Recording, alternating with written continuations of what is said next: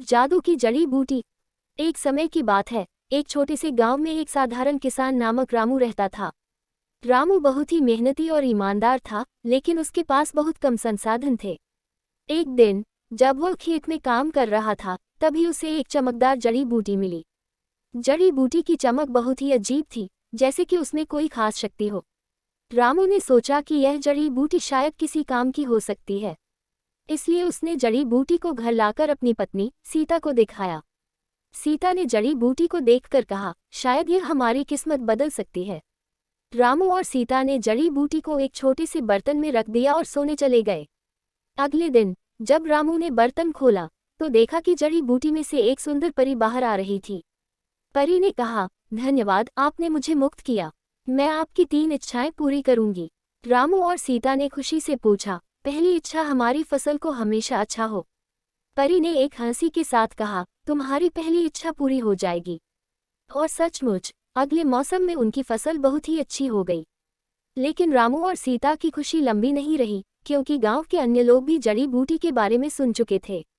वे भी चाहते थे कि उनके पास जड़ी बूटी आए और उनकी भी इच्छाएं पूरी हों। एक दिन गांव के एक अमीर आदमी ने जड़ी बूटी को चुराने की योजना बनाई। उसने रात के समय चुपके से रामू के घर में घुसकर जड़ी बूटी चुरा ली। अमीर आदमी ने जड़ी बूटी को निकालते ही परी को बाहर बुलाया। परी ने कहा, तुम्हारी पहली इच्छा क्या है? अमीर आदमी ने कहा, मैं चाहता हूं कि मेरा घर सोने का हो। परी ने उसकी इच्छा पूरी कर दी और अमीर आदमी का घर सोने का हो गया। लेकिन फिर उसने दूसरी इच्छा मांगी, मैं चाहता हूं कि मेरे पास अनंत धन हो। परी ने दूसरी इच्छा भी पूरी कर दी और अमीर आदमी की संपत्ति बढ़ गई। अब अमीर आदमी ने तीसरी इच्छा मांगी, मैं चाहता हूं कि मैं गांव की सबसे शक्तिशाली व्यक्ति बनूं। परी ने उसकी तीसरी इच्छा भी पूरी कर दी और अमीर आदमी गांव का सबसे ताकतवर व्यक्ति बन गया। अब अमीर आदमी ने सोचा कि वह रामू और सीता को नुकसान पहुंचाएगा ताकि वह हमेशा शक्ति में रहे। लेकिन परी ने अमीर आदमी की चालाकी समझ ली और उसे चेतावनी दी, ध्यान रखना, हर इच्छा का परिणाम होता है। परी ने जड़ी बूटी वापस रामू के घर छोड़ दी और अमीर आदमी को एक भयंकर आपत्ति में डाल दिया। जब अमीर आदमी ने देखा कि उसकी शक्ति और धन उसके जीवन में कोई सुख नहीं ला रहे हैं, तो उसने पछताया। वह वापस रामू के पास गया और बोला, मुझे मेरी गलतियों के लिए माफ़ करो। रामू और सीता ने अमीर आदमी को माफ़ कर दिया, लेकिन उन्होंने समझाया, सच्ची खुशी और समृद्धि केवल ईमानदारी और मेहनत से मिलती है।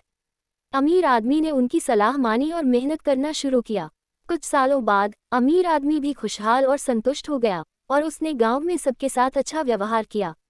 रामू और सीता ने अपनी फसल की देखभाल की और हमेशा ईमानदारी से काम किया।